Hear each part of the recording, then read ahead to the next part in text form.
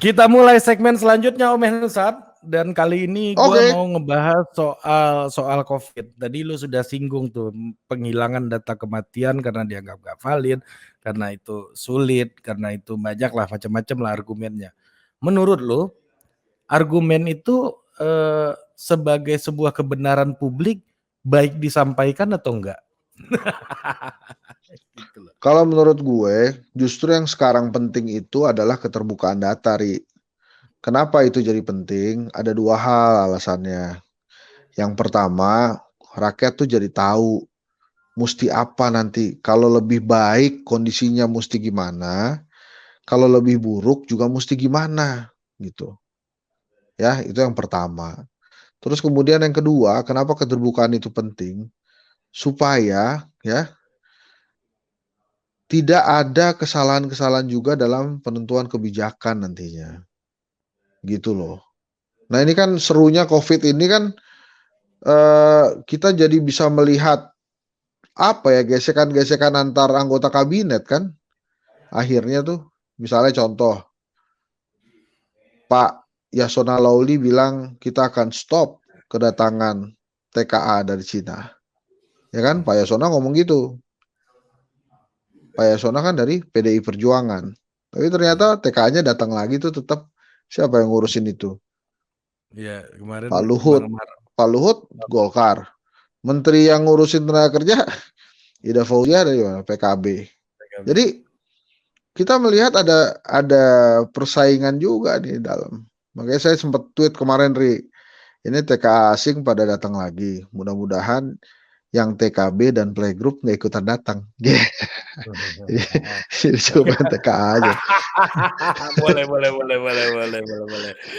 TKA yang datang, TKB sama playgroup jangan ikutan. Playgroup nggak usah datang, apalagi SD gitu ya. Tapi kan begini juga argumennya ya. Ini argumen ya. Gue mau menguji argumen-argumen yang berkembang gitu ya. Ada yang bilang begini, ya udah TKA datang, harusnya mereka yang takut masuk Indonesia. Karena di negara mereka lebih baik penanganannya gitu. Karena di negara mereka udah relatif lebih terkendali gitu. Jadi dan mereka masuk Indonesia pun dengan protokol, dengan mekanisme yang sangat ketat. Kemarin kan Miftah Sabri sempat cerita panjang kan soal bagaimana sulitnya masuk ke Indonesia, 8 hari lo nggak boleh keluar kamar, and so on gitu. Jadi ya nggak ada salah juga sebenarnya TKA datang, yang penting mekanismenya tepat karena mereka memang dibutuhkan untuk industri-industri tertentu yang memang itu menjadi bagian dari proyek atau atau strategi nasional gitu. Kenapa sih kita kejam amat, orang udah tahu di sini lagi ada COVID tetap aja datengin. Itu kan tidak sesuai dengan tujuan bangsa yang ada di Undang-Undang 45 itu, pembukaan dasar 45. Mencerdaskan kehidupan bangsa, melaksanakan ketertiban dunia kalau nggak salah ya. Gitu-gitulah. Terus kemudian tapi itu dilakukan dengan prosedur yang tepat gitu menurut sebagian orang gitu loh. Ya termasuk gua pun itulah terpikir-pikir benar juga ya gitu. Itulah Ri, kalau kita selalu berpikir tidak menggunakan rasa. Kita ini ada di mana? Bagaimana perasaan rakyat Indonesia? Kan itu, Ri. Sekarang kita mau PPKM nih. Disuruh nggak kemana-mana. Nggak boleh kemana-mana. Oke, kita turutin. Ya kan? Terus tetap dibuka pintu internasionalnya. Kenapa sih kita nggak tutup dulu gitu? Kan ini ada. Kan nggak kita yang kemana-mana. Mereka yang ke sini-sini. Bukan kita yang ke sana-sana. Iya, nah itu makanya itu karena nggak pakai rasa juga gitu. Kenapa sih nggak kenapa gitu? Kenapa? Jadi pertanyaan kan selalu kenapa. Ya udahlah, terserah lah. Pemerintah mau begitu ya udah gitu. Gue kadang-kadang juga sampai pada kesimpulan terserah itu. Ya udah deh, serah aja lah. Kan kita juga udah ngasih kan kita apa sih kita berdua ngasih tahu pemerintah kan, bahkan epidemiolog, dokter-dokter tuh kan juga udah sering ngasih tahu ya. Itu juga dicuekin aja gitu. Jadi kita mau gimana lagi, ya udahlah. Tapi ya udahlah, selain TKA itu ada yang lagi nggak yang kita omongin tentang Ya, COVID? Oh, ya soal ini, gue cerita ya, ada kolega gue di Toraja bilang, sekarang itu memang luar Jawa Bali luar biasa angka penyebaran COVID-nya. betul. Jadi bahkan dia bilang kita nih selalu telat sebulan sih. Jadi kalau Jakarta atau Jawa mungkin melandai, ini sekarang itu kita lagi naik. Nah, ini yang menarik ya. Repotnya, gara-gara itu ada gesekan sekarang di masyarakat. Mereka terbelah, bahkan cenderung untuk muncul bibit-bibit kebencian, terutama dari orang yang berasal atau yang datang dari Jawa atau berasal dari Jawa Bali. Datang ke situ tuh kesel mereka. Ini yang nyebar-nyebar COVID di daerah gue ini. Nah, itu mesti segera diantisipasi oleh pemerintah tuh. Jangan sampai gesekan-gesekan itu menjadi besar gara-gara si COVID ini gitu. Itu cerita yang dari kolega gue ya. Jadi ini memang menarik, dia ada di Toraja. Baru tadi pagi gue ngobrol. 12 Nah, derajat Celcius ini Toraja juga sekarang. nih salah satu isu yang menarik juga itu soal vaksinasi sebenarnya kalau menurut gue ya. Hmm. Ini dalam perkovitan duniawi ini ya. Jadi isu vaksinasi ini juga kartu vaksin segala macam itu gimana menurut lo, akan worse nggak tuh gitu? Atau memang itu jadi ya uji coba aja kali aja bisa gitu? Atau memang pemerintah udah merasa dengan jumlah vaksinasi hari ini itu sudah bisa, bahkan kan baru tahun ini semua amunisi cukup untuk herd immunity itu baru masuk ke Indonesia, vaksin-vaksin itu baru tahun ini Desember gitu. Gue sih menilai vaksin memang salah satu jalan keluar yang ampuh ya. Jadi artinya gue setuju lah sama pemerintah kalau kemudian vaksin ini menjadi salah satu jalan keluar. Terserah lalu mau mereknya apa, yang paling penting lo divaksin gitu. Nah kalau untuk itu gue sih happy-happy aja, Ri. Nah masalahnya kan memang sekarang tuh banyak sekali isu ya. Kayak misalnya kalau mau di booster pakai Moderna lah, terus ada Pfizer lah, atau ada apalah gitu ya namanya. Tapi gue percaya kalau COVID ini bisa selesai dengan vaksin itu gitu. Kan menarik juga tuh ada pertentangan tentang vaksin dan lain-lain. Tapi kalau menurut gue memang gue setuju tuh apa kata Pak Jokowi. Jadi kalau ada kesempatan divaksin deh gitu. Iya, Wah ini katanya jelek. Oh ini katanya bagus. Oh ini katanya jelek gitu ya. Tergantung, sama aja kayak beli sepatu sih. Lo lebih suka yang mana gitu. Yang paling penting kan sepatu itu ada di kaki lo, bisa ngelindungin lo dari kena paku gitu. Mau beli merek yang N, A, ke, L, ke, atau N, ke, terserah aja gitu. Atau R, ke, boleh aja. Tapi lo pakai sepatu kalau jalan supaya nggak kena beling, nggak nginjek paku gitu kan. Kayak gitu loh maksud gue vaksin itu. Jadi jangan iya. terlalu bikin repot juga Ya ini gitu enggak deh. ini ya, enggak dianggap sebagai kalau menjadi syarat itu kan jadi makin repot dong, Bos.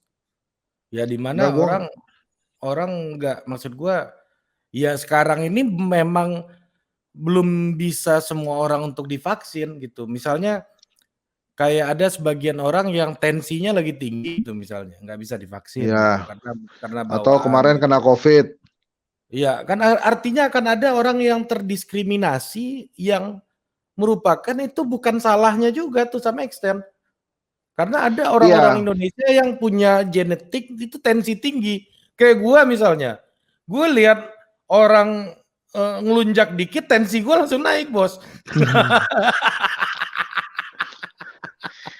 Iya makanya gini Ri, itu Kayak makanya Pak Ahok itu tensinya tinggi nggak tuh Pak Ahok ya?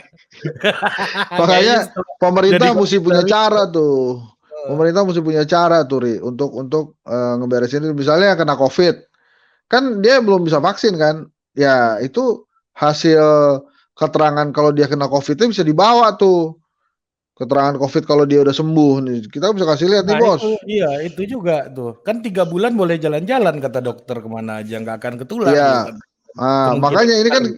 makanya kan di sini ini kita kasih tahu bahwa ada beberapa lobang yang harusnya ditambal juga gitu. Tapi gini, Ri, gue sih setuju terus terang. Kalau nggak gitu, orang-orang nggak ada yang mau vaksin.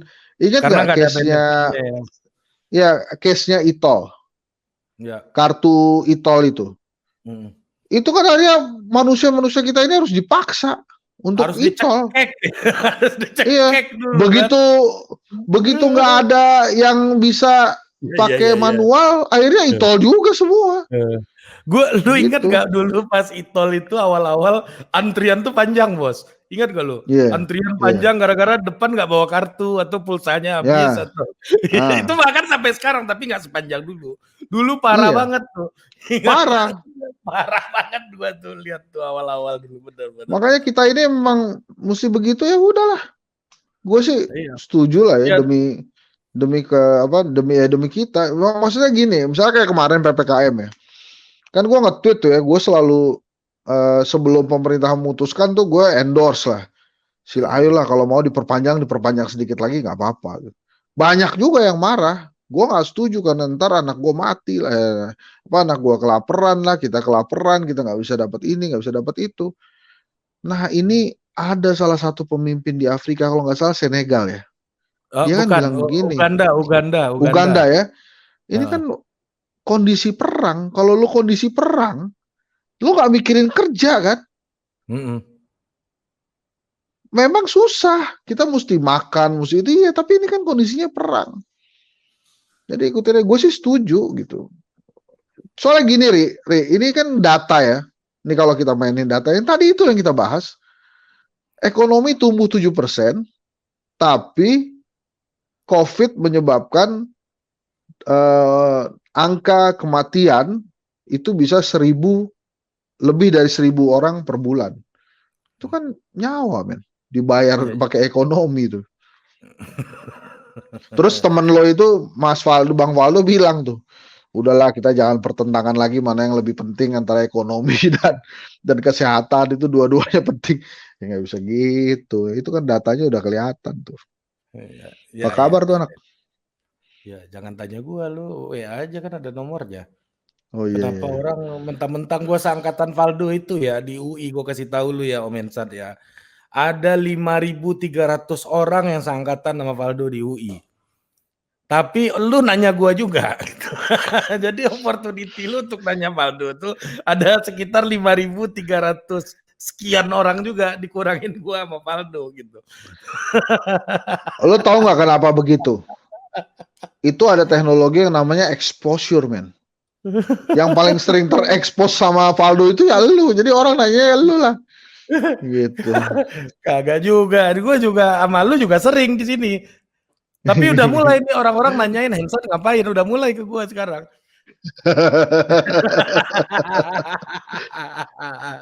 Oh Hanson lu, sama aja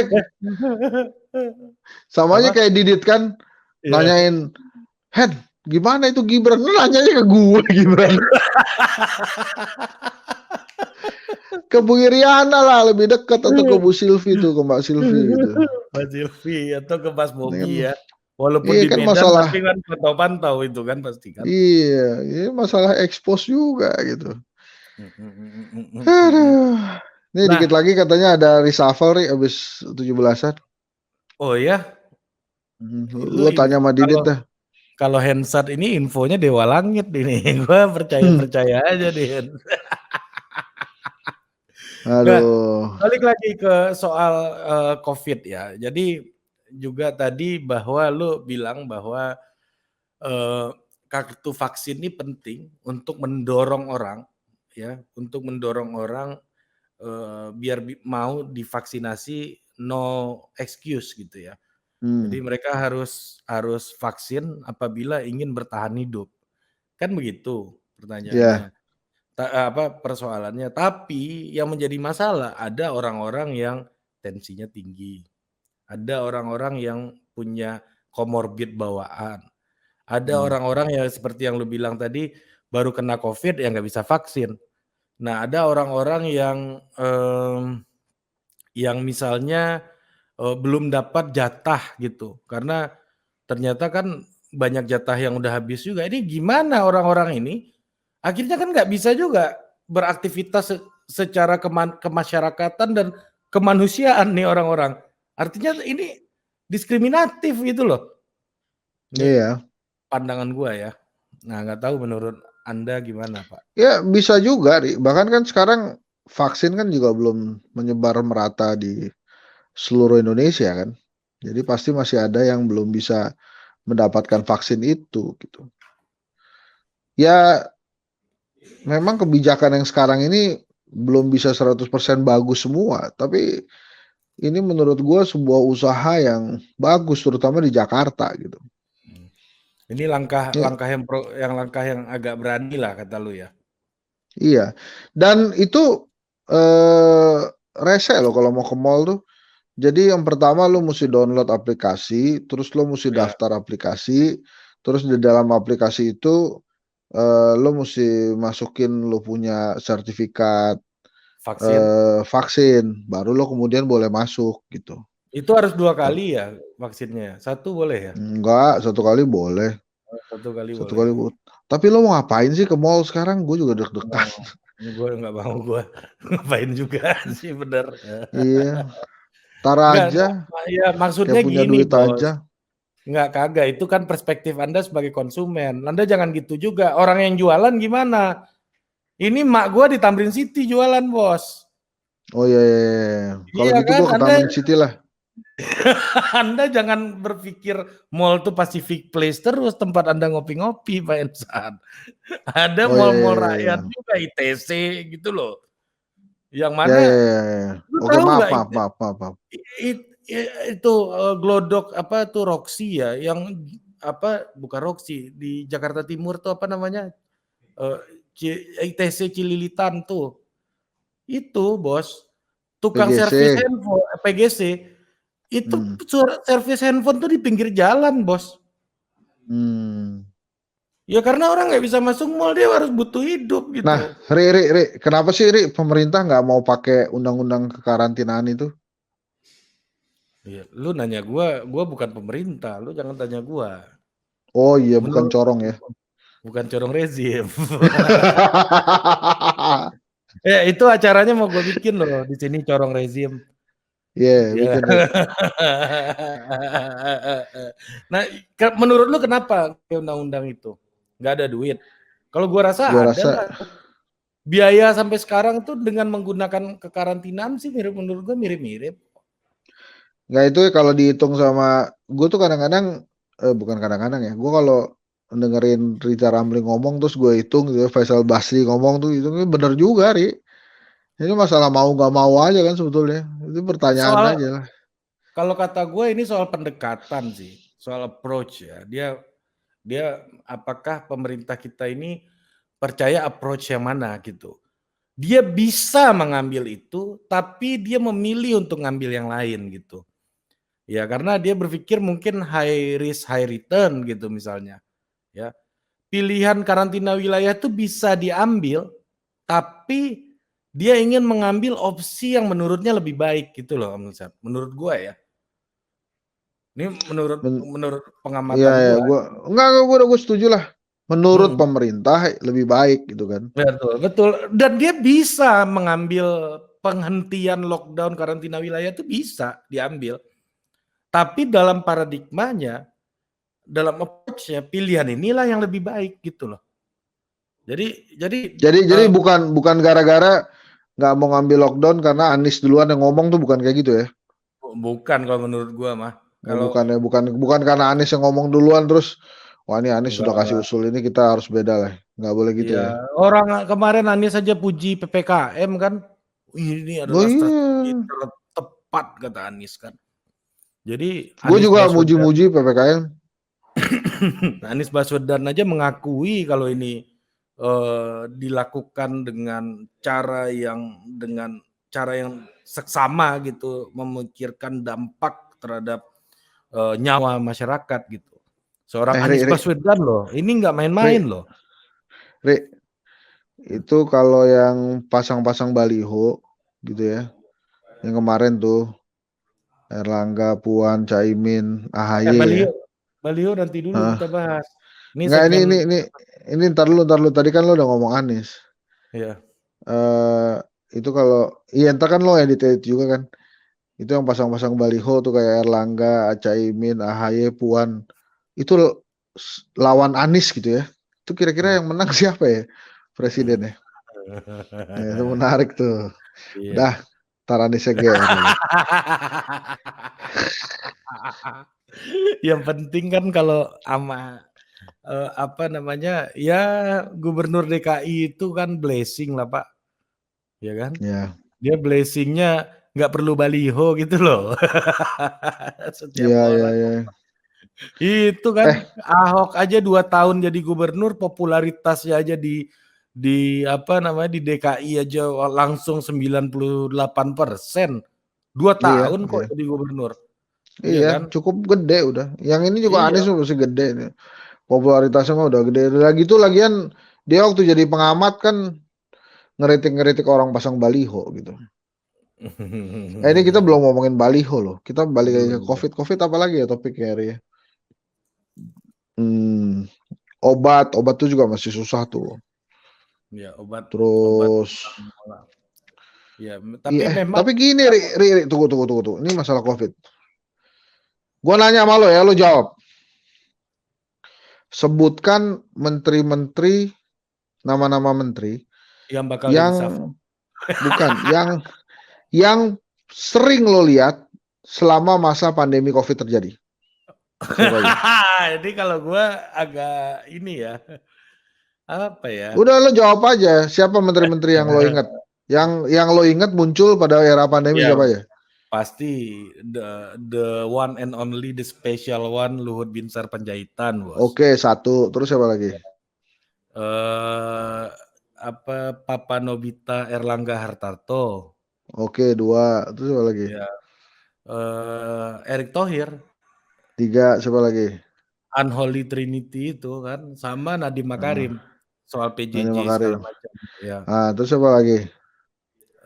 Menteri lagi Bu Risma. Oke, 5. Terus siapa lagi? Terus siapa lagi ya? Itu doang paling yang gue top of mind gue. Ada 34 loh menterinya. Iya, di top of mind gue itu 5 itu. Nah itu makanya maksud gue. Nggak mungkin Pramono Anung dong gue sebut dong. Ya. Oh iya, satu gue. lagi Papa Online, Sandiaga Uno kemarin gue lihat. Sandi Uno, oke. Iya kemarin. Ngurusin kucing tuh. Iya, Om Wowo malah nggak kelihatan gue. Oh iya, Ya 6 susah. itulah. Nah, Sandi Uno 1 Iya nggak, makanya maksudnya gini, Ri. Kita nih lagi COVID gini. Lagi COVID gini mestinya tuh pemerintah menunjukkan kekompakan gitu. Apalah terserah gitu kan. Iya. Jadi jangan apa ya. Gue tuh sampai sekarang salah satu menteri yang gue bingung kegiatannya apa tuh pemberdayaan perempuan misalnya. Iya betul. Terus UKM tuh UMKM Pak Teten gue juga bingung ngapain. Ada, kalau gue lihat ada dia bikin webinar sama Didit. Iya, webinar aja. UMKM loh, itu yang banyak teriak tuh, UMKM tuh. Kalau Pak Pratik walaupun gak muncul, tapi kehebohan akibat yang dilakukan itu banyak. Aduh, segala statu TUI segala macam kan lihat tuh. Makanya ada Valdo. Nah, jadi lu kok nyerempet Valdo terus kalau sama gua nih. Lah kagak, emang kan dia kan dipanggil seknek kan. Hati-hati juga tuh, Misius Valdo. Nah, sama ini satu lagi ya betul. bikin gathering kayak apa kayak ya nyanyi-nyanyi bareng gitu kayak. Iya kayak Johnny Menghibur Plate, gue lah. nggak tahu tuh Johnny Plate kemana sekarang tuh. Padahal ini Oh iya, kota-kota internet, internet exposure untuk kehidupan sehari-hari masyarakat kan ini urusan doi. dia gini, Ri. Om Kumis Aduh. itu kan. Iya, jadi gue pernah berdebat tuh awal-awal COVID. Gue bilang ini mana sih Menkominfo kan punya semua channel, semua kanal. Kok minim sekali nih informasi-informasi tentang COVID gitu. Dia bilang itu udah diurus Satgas. Tapi sekarang hari ini kalau gua nggak salah Usman Kamsong udah diangkat jadi Dirjen Komunikasi Publik tuh. Nah, kita lihat ada perbaikan nggak? Kantong, Gue ya, ya. ditanya iseng banget wartawan tuh emang. Ini kan Usman Kamsong dulu mantan direktur komunikasinya kampanye Pak Jokowi gitu. Apakah ini bagi-bagi jabatan gitu ya? Positif. Wah, nah gue jawab langsung. Terserahlah kalau ini dianggap bagi-bagi jabatan. Tapi itu waktu itu jabatan komunikasi publik itu Dirjen Komunikasi Publik itu emang dibuka tuh ke publik. Silakan kalau mau daftar. Walaupun wajar juga kalau masyarakat kepikiran ini beneran nggak nih dibuka ke publik atau emang udah ditentuin dari awal Usman Kamsong pasti jadi gitu. Tapi terlepas dari itu, Ri, Usman Kamsong nih gue tahu banget dia wartawan senior, dedikasi tinggi, media Indonesia dulu, dan dia concern banget tentang masalah-masalah kesehatan dan sosial karena waktu itu gue pernah kerja bareng sama dia tuh. Jadi gue no objection sih kalau Bang Usman ini terpilih jadi Dirjen Komunikasi Publik ya. Nah ini coba kita lihat aja. Padahal harusnya kan Pak Joni Plate ini kan dengan embel-embel komunikasi ini harusnya bisa muncul keluar ya. Bisa sering berkomunikasi gitu. Iya, Sama nih sebenarnya banyak. juga Menteri Pemberdayaan Perempuan juga begitu dengan isu COVID ini harusnya dia lebih banyak keluar untuk berbicara dan menenangkan. Kayaknya Om Plate lebih sering tampil pas pilpres dibanding sekarang. Iya, bingung juga kali salah ngomong juga kan pusing juga. Siapa lagi ya? Atau jangan-jangan gara-gara Nasdem udah setengah hati juga kayaknya. Enggak, kalau itu enggak lah. Kalau menurut gue sih, gue belain gitu Nasdem. Pak Muhajir tuh, sekalinya muncul ngebocorin hasil rapat terbatas. Salah lagi. Sama iya, salah militer, lagi. Darurat militer. Iya, darurat militer. Itu fatal. Pak Jokowi itu udah punya menteri bagus-bagus kayak Rizal Ramli, Sudirman Said, Susi Pujiastuti, Jonan gitu ya. Sekarang kagak dipakai menteri-menteri itu. Aduh, sekarang mungkin menterinya 2 loh, mantan rektor loh sekarang ya. Siapa aja? Pak Pratik sama apa? Muhajir kan? Oh iya. Iya. Iya, kalau dari dulu ada 3 mantan rektor. Bapak Anies Baswedan satu lagi kan. Oh iya, tuh rektor gua tuh. Iya, gokil kan. Jadi memang Pak Jokowi ini harus lu apresiasi lah sebagai seseorang yang memiliki kecintaan terhadap publik intelektual gitu. Oh, gue mah memuji mengapresiasi gue. Gue tuh beberapa kali interview menolak disebut mengkritik Pak Jokowi karena gue memberikan masukan kritis iya, kalau mengkritik mah enggak gitu. Tapi ya itu kan kita pernah bahas ya. Susah jadi presiden. Ya iya emang susah.